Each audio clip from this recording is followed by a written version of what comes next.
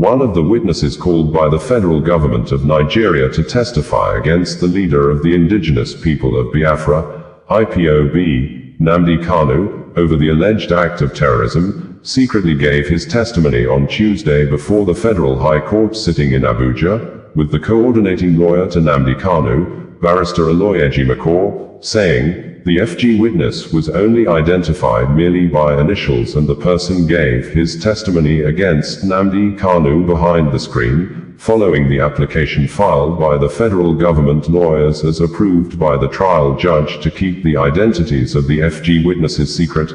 This, Aloy Ejimakor tweeted while the court proceeding was ongoing, that the federal government only has 3 senior advocates of Nigeria, SAN, that 6 SAN have stood firmly behind the detained Biafra leader.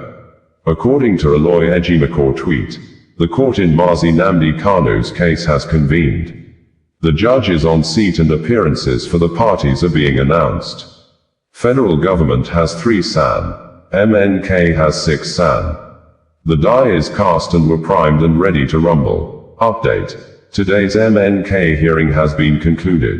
The prosecution presented its first witness who was not identified by name but by initials only, and he testified from behind a screen, as was approved by the judge. On the 2nd of May, we shall cross-examine him and test his veracity.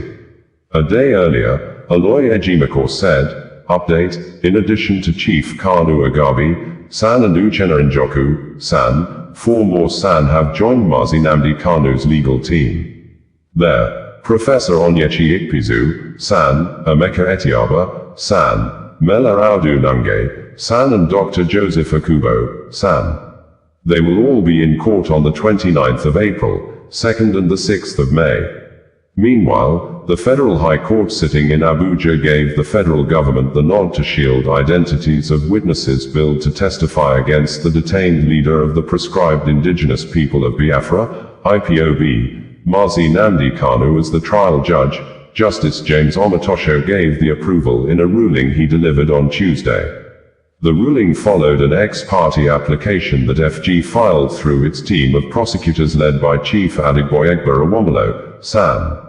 The court gave permission for the proposed witnesses to testify behind a screen with their real names replaced with acronyms. FG's lawyer, Awomolo, SAN, pleaded that identities of the witnesses needed to be protected for security reasons and in view of the serious nature of the case. While the witnesses would be shielded from the public, they would however be seen by the judge. Nigerian news media reporters who monitored the proceedings reported that the request was not opposed by Kanu's team of lawyers led by a former Attorney General of the Federation and Minister of Justice, Chief Kanu Agabi, SAN. Sequel to the ruling, FG opened its case against the embattled IPOB leader by presenting its first witness, who was simply identified as PWAAA. Pleading not guilty, Nnamdi Kanu, the leader of the Indigenous People of Biafra, IPOB, told the Federal High Court in Abuja that his fight for the emancipation of the Southeast, South-South, and parts of Benue and Kogi states is within his fundamental human rights.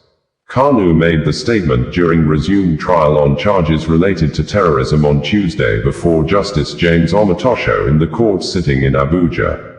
In a statement read out in court, Kanu emphasized that freedom fighting is not a crime anywhere in the world, including Nigeria.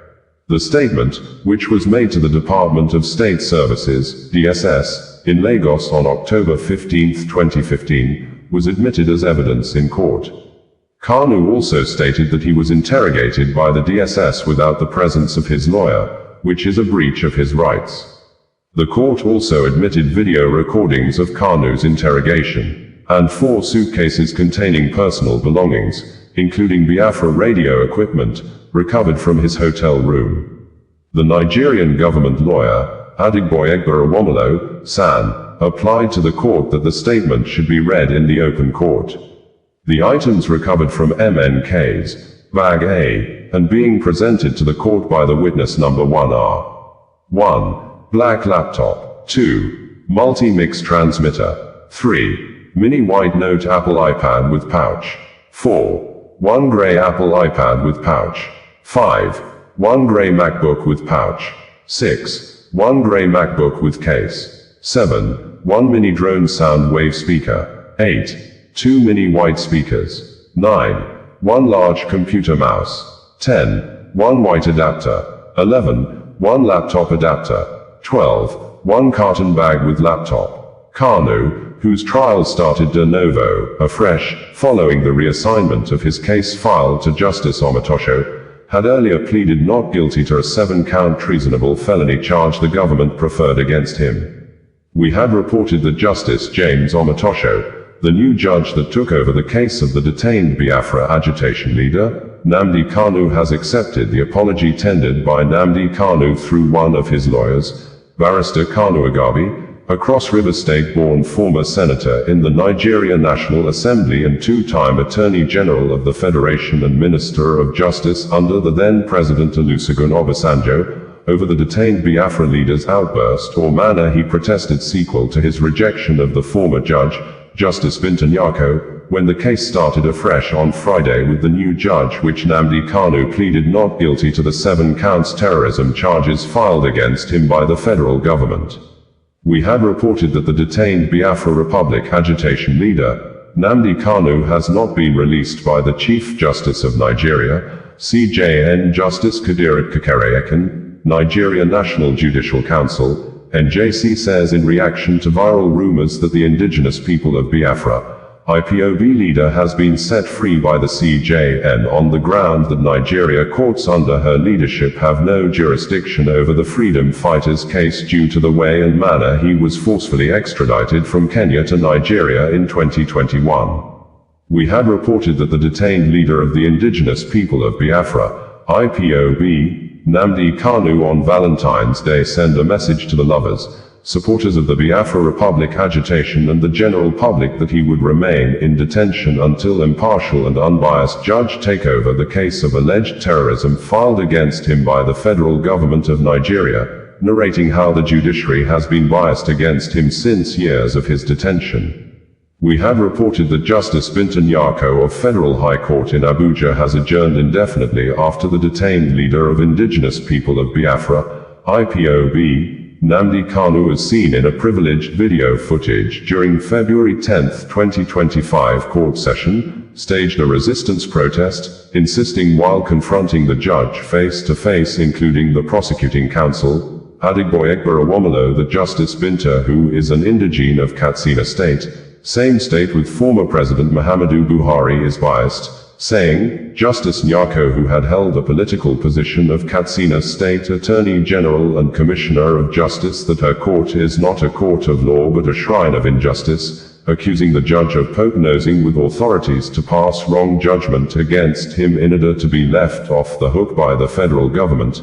Her son, Abdulaziz Nyako, and her husband, retired Vice Admiral Murtala Nyako, who was once Chief of Naval Staff, Deputy Chief of Defense Staff, pioneer former military governor of Niger State, 2 times governor of Adamawa State, who were impeached twice by Adamawa State House of Assembly for misconduct, one of the soldiers that fought against Biafra during Nigeria's civil war, a current member of the ruling All Progressives Congress, APC, who is facing corruption charges alongside his son in a criminal allegation filed before court of law since 2015 by the Economic and Financial Crimes Commission, EFCC, over alleged cases of abuse of office, criminal conspiracy, theft and money laundering.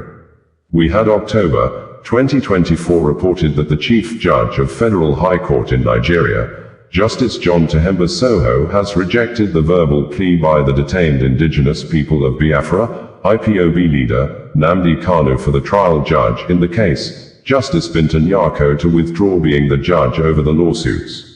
Justice Soho stated that Kanu's case was reassigned to Justice Nyako due to its prolonged nature, dating back to 2015. Given that Justice Nyako had handled the case for the most part, she was deemed the most suitable judge to see it through to its conclusion. However, the Chief Judge directed that if at the next hearing of the case, Kanu still insists on recusing Justice Nyako, he must file a written motion with an affidavit, stating all the grounds for requesting the recusal. We had reported in September 2024 that Justice Binta Nyako of Federal High Court sitting in Abuja have withdrawn from the case of detained Biafra leader Nnamdi Kanu after the trial could not commence following the Biafra leader's personal confrontation with the judge for the second time in the year. We had reported in May 2024 that, in a rare case in the history of legal proceedings in the world, Nnamdi Kanu, the detained leader of the Indigenous People of Biafra, IPOB, helped himself at the Federal High Court sitting in Abuja and played the role of a lawyer with full energy and vibrant command of words, with fearless loud voice defended himself with face-to-face confrontation with the trial judge, Justice Binta Nyako, and the Federal Government Prosecution Counsel, Adigboyegba Awomolo.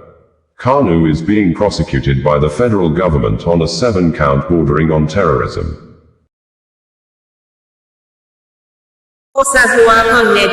Bringing you the news in a more digital way.